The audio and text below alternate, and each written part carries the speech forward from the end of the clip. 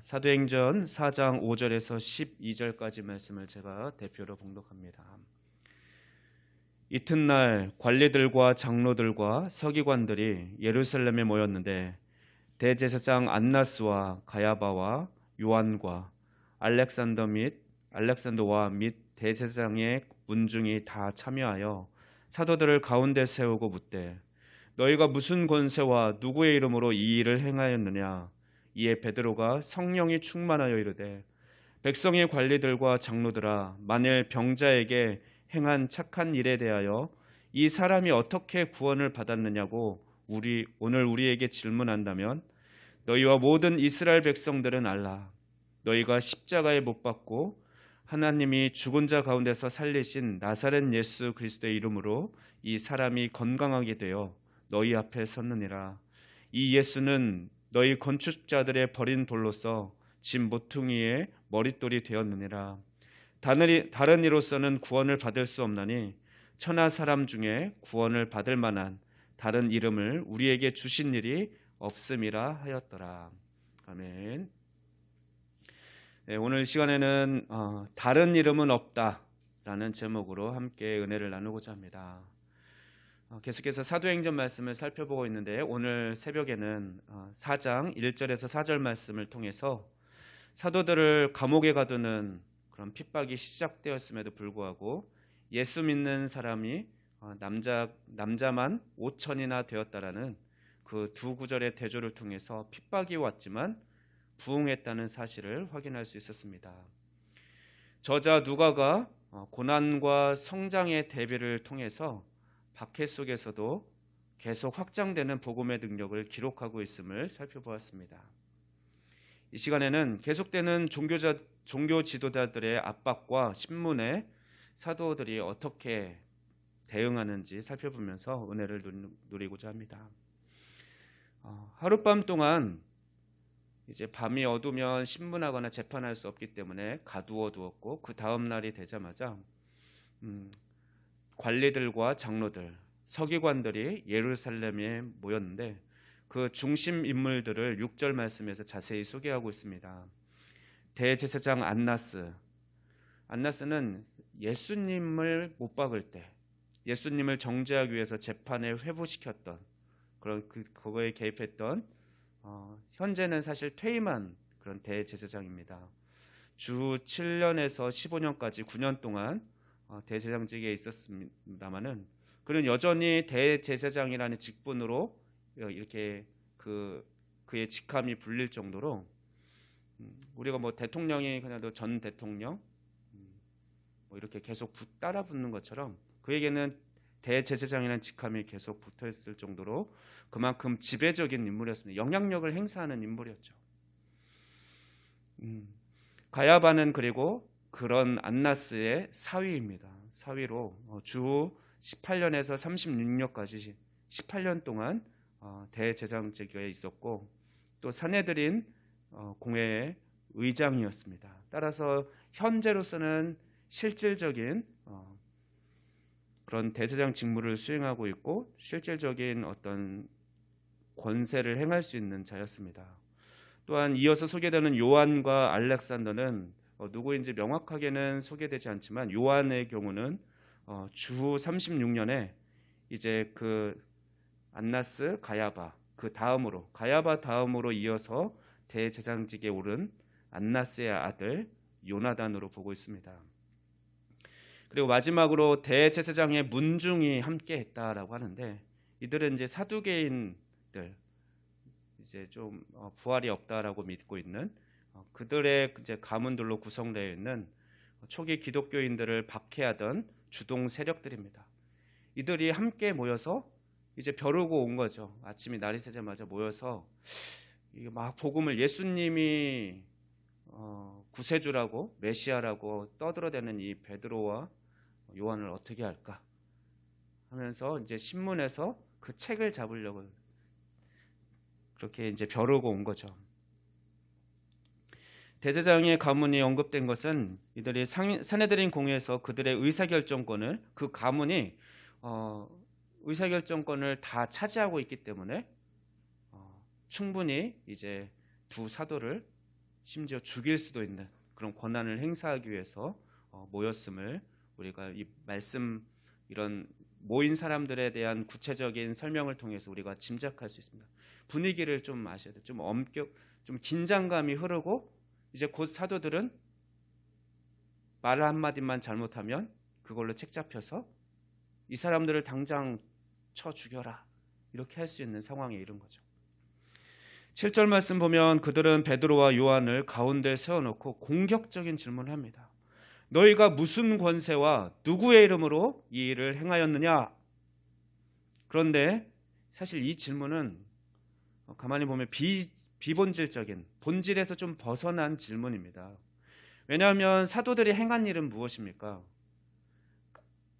성전 미문 앞에 앉아있는 안진뱅이, 나면서부터 안진뱅이였던 40년 동안 그런 모습으로 살아가던 그 사람을 일으켰는데 그럼 너희가 어떻게 해서 이 사람을 낫게 했느냐?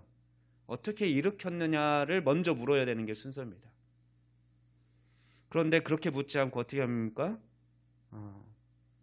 너희가 무슨 권세와 누구의 이름으로 이 일을 행하였느냐? 사실 왜에 가까운, 왜 너네들 이런 착한 일 했어? 이런 질문과 마찬가지인데 착한 일한 게 정죄받고 심판받을 일은 아니죠. 그런데 그들의 이렇게 질문한 이유는 너희가 무슨 권세와 누구 이름으로 이 일을 행했냐라고 묻는 것은 사실 그들의 배후에는 종교적인 일은 우리 제사장 가문만 할 수 있는 일인데 너희들이 왜 이 성전에서 그런 기적을 행하고 그러느냐? 이제 그게 이제 못마땅한 거죠. 그리고 분명히 예수님의 이름으로 한 거를 알까요, 모를까요? 다 알겠죠. 다 아는데 예수님의 이름으로 예수님께서도 내가 하나님의 아들이다라고 한 그 말을 신성모독으로 해서 죄를 물었고 그렇게 결국 십자가에 달려 돌아가시기까지 할 수 있게 한 그런 사람들이었는데 그랬던 지금 안나스가 같이 있지 않습니까? 그럼 또다시 사도들의 입에서 베드로나 요한의 입에서 예수의 이름으로 했다. 왜냐하면 신성모독으로 죽인 그 사람의 이름을 했다는 건 동일하게 신성모독죄로 들어갔고 또 반대로 예수 이름으로 했다라고 하지 않고 하나님의 이름으로 했다라고 하면 너희가 뭔데 제사장도 아니고 대제사장도 아니고 감히 하나님의 이름을 가지고 니네들이 이런 일을 해느냐? 하나님의 이름을 팔아먹느냐? 이러면서 역시 신성모독으로 책을 잡으려고 책망하려고 지금 벼르고 있는 질문을 한 겁니다. 이런 본질에서 벗어난 질문으로 교묘하게 윽박지르면서 책 잡으려고 그렇게 하고 그들을 모함에 빠뜨리게 위한 질문을 했습니다. 그런데 베드로는 어떻게 대답합니까? 비본질적인 질문에 사실 비본질적으로 이렇게 대화를 할 때 그런 경험 있으시죠? 본질을 가지고 원래 중요한 것, 그 핵심을 가지고 대화를 해야 되는데 어떤 상대방은 항상 이렇게 다른 거 엉뚱한 걸 약간 벗어나서 그게 중요한 게 아닌데 너 그때는 왜 그렇게 했어? 라든가 그거는 왜 그렇게 했어? 이렇게 좀 빗나간 질문으로 자꾸 빠져가면서 물고 늘어지는 그런 사람이랑은 대화가 안 되잖아요. 그죠? 자꾸 화만 나고 나도 뭐 그게 말려 들어가는 것 같고 저도 막 흥분하게 되고 뭐 싸움도 끝나지 않죠. 왜냐하면 계속해서 그 사람은 비본질적인 걸로 또 이렇게 이 질문하고 저 질문하고 그렇게 하기 때문에 그 사람에는 사실 상대를 안 하는 게 좋죠. 위기의 순간입니다. 사도 베드로와 요한은 이제 위기를 만난 거죠.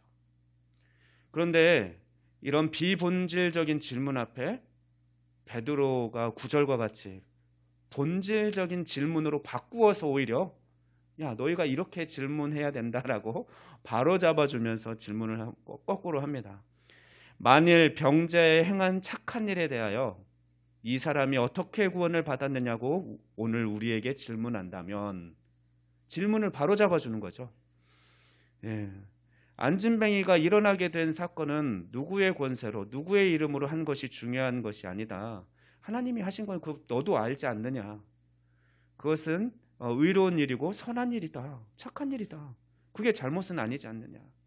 따라서 이 사람이 이렇게 살아나게 된 건 구원받은 것인데 당신들이 만약 이 사람이 어떻게 질병에서 나음을 얻었느냐, 어떻게 구원을 받았느냐고 질문한다면 그건 맞는 질문이다. 그래서 이렇게 질문한다면 나는 대답하겠다 하면서 이제 질문을 바로잡고 대답을 해 나가는 거죠.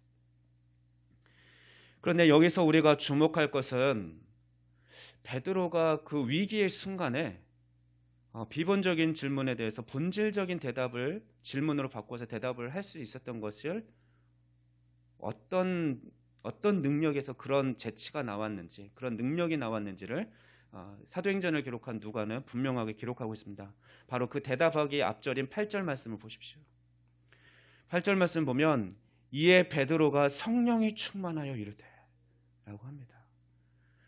이런 주님께서 약속하신 그 특별한 상황에서 주어진 성령이 임하시면, 너희에게 오직 성령이 임하시면, 이런 상황과 마찬가지인데요.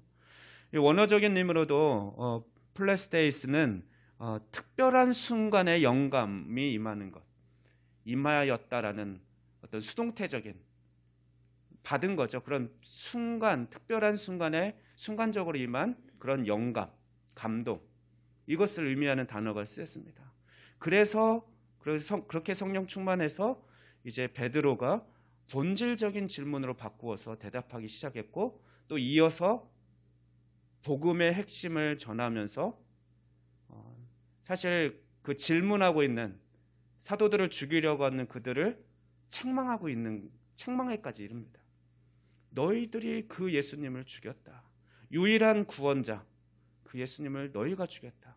첫 번째 설교에서도 두 번째 설교에서도 사실 베드로는 그것을 유대인들을 책망했거든요. 그 설교를 듣고 있는 메시아, 다윗이 예언한 그 메시아가 오실 그분 또는 선지자 그분이 예수님인데 그분을 너희가 죽였다. 회개하라.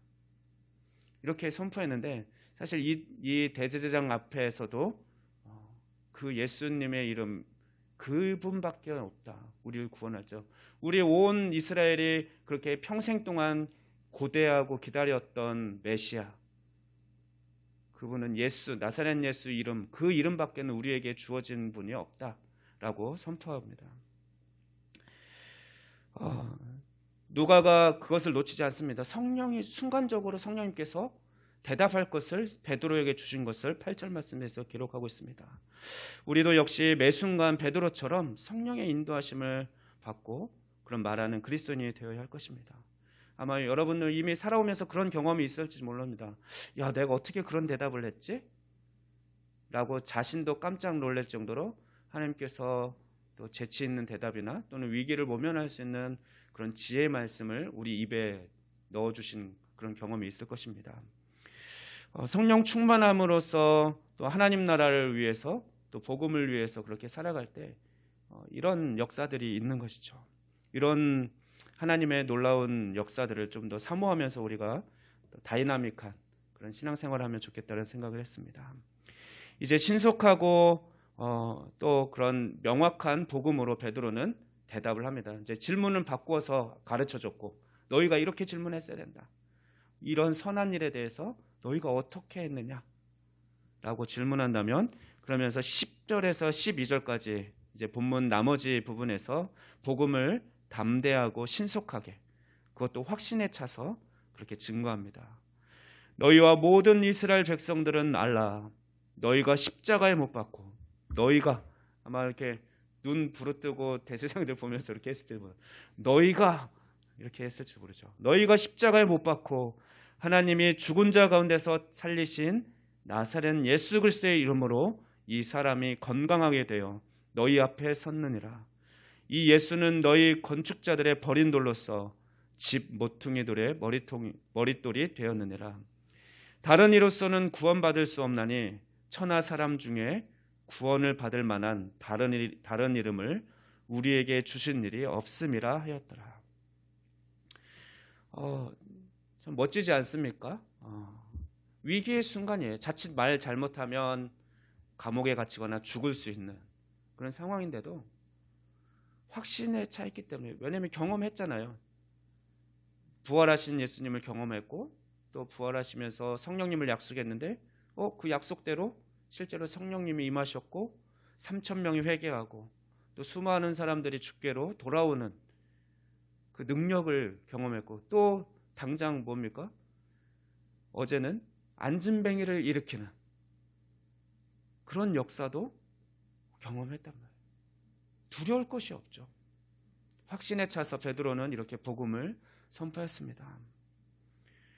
우리도 살아가면서 사실 기회 있는 대로 누군가가 우리가 살아가면서 꼭 기회가 오거든요. 우리가 그리스도임을 숨기고 살지 않는 한, 저 같은 경우도 학교에서 교사로서 기독교에 있는 걸 다 이제 드러내고 살고 대신 그렇기 때문에 더 열심히 굳은 일도 마다하지 않고 그렇게 살아가죠. 그러다가 이제 같이 조용히 있을 시간 다른 선생님이랑 그러다가 인생도 얘기하다 저는 이렇게 살고 있습니다. 이렇게 살고 싶습니다. 하면서 어떻게 살아가는지 간증처럼 이야기를 나누고 합니다. 그러면은 일반 사람들이랑 다른 가치관을 가지고 살아가는 저의 삶의 이야기를 듣고 좀 대단하다. 어떻게 그렇게 살지? 좀 다르네? 좀 특별하네? 이런 생각을 가지고 있죠. 그러면서 이제 기회가 있을 때 복음을 전합니다. 저는 이런 예수님을 믿습니다. 예수님은 우리의 유일한 구원자이십니다. 이렇게 복음을 전할 수 있는 기회를 얻게 되는데 우리 모두가 이런 확신에 차서 내가 사실 진짜 예수님 믿는 것이 즐겁고 기쁘고 확실한 그런 확신이 있다면 기회가 있을 때 이렇게 담대히 복음을 전할 수 있는 건데 우리 작동교회 성도님들이 모두 이런 삶을 베드로와 같이 당당하게 저 예수 믿어 이게 쭈그러들고 막 위축되고 그런 게 아니라 이렇게 쫙 펴고 항상 그래 저 예수 믿어요. 예수님이 얼마나 좋은지 알아요? 하면서 그 예수님을 아직도 모르신단 말이에요. 제가 알려드릴까요? 저랑 한번 성경 공부해 보시겠어요? 이렇게 좀 제안할 수도 있고 저와 함께 교회에 가보시겠어요? 이렇게 확신에 차서 인도할 수 있는 우리 성도님들에게를 소망합니다. 베드로 사도가 전한 복음의 핵심은 바로 12절에 압축되어 있습니다. 베드로는 예수 그리스도 외에 어떤 이름으로도 구원받을 수 없음을 선포합니다. 즉 모든 것을 가진 것 같은 사내들인 그 공회원들, 모든 권세를 다 가지고 있잖아요. 그들 앞에서 예수님에 의해서만 너희들도 구원받을 수 있다. 다른 이름은 없다. 너희들이 로마 황제에 기대어서 너희들이 구원받을 수 있는 거 아니야. 사실 이런 것이 내포되어 있는 거거든요. 그들이 믿는 그런 거 다 소용없다라고. 오직 예수 그리스도만이 너희를 구원할 수 있는 그런 구원자임을 이야기합니다. 그런데 이 구절에 포함되는 것은 우리가 복음으로서 핵심적인 복음으로서 불변의 진리인데 두 가지 교훈을 사실 제시하고 있는 겁니다. 첫 번째는 예수 그리스도만이 유일무이한 구세주라는 사실이죠. 예수님 외엔 다른 사람의 죄를 대신해 줄 수 있는 그런 의롭고 거룩한 하나님이면서 사람인 이런 자가 없다라는 거죠. 오직 예수님만이 인간의 죄를 대신해서 십자가에 죽으시고 부활하셔서 또 승천하시고 살아계셔서 구약 성경에서 누누이 얘기했던 그 메시아이심을 우리가 보았고 확신한다. 그렇기 때문에 예수님을 믿어라. 두 번째는 여기서 구원한다는 것이 그 안진뱅이를 일으킨 그 구원을 이제 볼 때도 단순히 육체적인 구원뿐만 아니라 병든 자를 회복시킨 그 구원, 사람 구실할 수 있게 세우는 그것뿐만 아니라 죽음, 영원한 형벌이 죄의 형벌인 죽음과 또 영원한 심판으로부터도 구원하는 그런 전인격적인 구원을 의미합니다. 그 사용된 헬라어가 그런 의미로 구원이라는 의미가 그렇게 사용되었습니다. 즉 메시아로 말미암은 완전한 구원을 의미하는데 따라서 사람들 중에 이런 구원을 줄 수 있는 사람이 어디 있겠느냐? 우리의 몸도 회복시켜 주시고 또 우리의 영혼까지도 우리의 죄의 문제까지도 다 해결해 주시는 그런 분은 오직 예수님뿐이다. 다른 이름을 우리에게 주신 분은 없다라고 분명하게 선포하고 있습니다. 베드로는 안진뱅이를 일으킨 주인공이 자기가 아니라 바로 예수 그리스도라고 다시 한번 선언하는 것입니다. 하나님께 영광을 돌리고 있는 것이죠. 우리는 날마다 우리에게 일어난 모든 일이 주님께서 하신 일임을 또한 선포하고 또 그렇게 하나님을 고백하면서 찬양하는 삶을 살아야 할 것입니다. 동시에 그 능력이 오직 예수 그리스도 이름에 있음을 또한 기회 있는 대로 선포해야 할 것입니다. 우리가 의식적으로 늘 이렇게 고백하고 찬양하지 않으면 우리 교회는 자칫하면 사실 예수의 이름이 빠지면 그냥 다른 동호회와 다를 바가 없는 거죠. 어떤 친목 모임이 될 것입니다. 우리에게는 핵심, 우리에겐 다른 이름이 아니라 김만우 목사가 아무리 잘생기고 잘 나간다 할지라도 김만우 목사님 우리 교회 와봐. 되게 잘생겼어. 되게 말씀 잘 전하시고 말도 잘해. 노래도 잘해. 이 이름 중요한 거 아닙니다. 오직 예수 그리스도의 이름이 빠지면 아무리 여기 잘난 사람들 수백 명을 앉혀놔도 그것은 교회일 수가 없습니다. 하나님이 기뻐하시는 교회는 오직 예수님의 이름이 드러나는 곳, 예수님의 이름이 구원자임을 선포되는 곳, 예수님의 이름만이 찬양되는 곳이 바로 교회인 것입니다. 또한 베드로는 복음 가운데 너희가 십자가에 못 박고 하나님이 죽은 자 가운데서 살리신 나사렛 예수 그리스도의 이름으로 되니라고 강조합니다. 우리도 늘 예수님을 고백할 때 너희가 주긴 했는데 내가 나 때문에 십자가에 돌아가신 예수님 고맙습니다. 이런 자세로 늘 고백하는 고백이 있어야 할 겁니다. 그래야 다시 사신 예수님이 또 역시 나를 위해서 다시 부활하신 예수님이 될 것입니다. 내가 죽인 예수, 그러나 하나님이 다시 살리신 예수가 우리를 질병으로부터도 건강하게 하실 것이고 또 절망에 빠진 자들에게는 소망을 주실 것이고 또 좌절에서부터 새롭게 안진뱅이를 일으키듯이 우리를 다시금 일으켜 주실 것이고 그래서 우리가 기뻐 사슴과 같이 뛸 수 있게 그렇게 회복시켜 주실 것입니다. 이 복음이 이 오직 유일한 이름 예수 그리스도의 이름이 그 능력이 우리 성도님들 삶 가운데 날마다 뜨겁게 역사하기를 소망합니다. 기도하겠습니다. 살아계신 하나님 감사합니다. 오늘 말씀을 통해 우리에게 있는 능력의 이름 예수 그리스도에 대해 다시금 그 놀라운 은혜를 생각하게 하시니 감사합니다. 또한 우리가 복음을 전할 때 성령의 충만케 하심으로 담대하고 분명하게 증거할 수 있도록 인도하여 주시옵소서.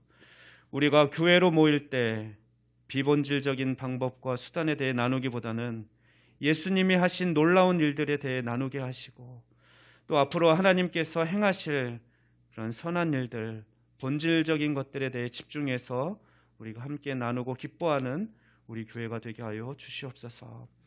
오늘도 우리가 예수 그 이름을 높이며 예배할 수 있음을 감사드리며 이 모든 말씀 우리 주 예수 그리스도의 이름으로 기도하옵나이다. 아멘.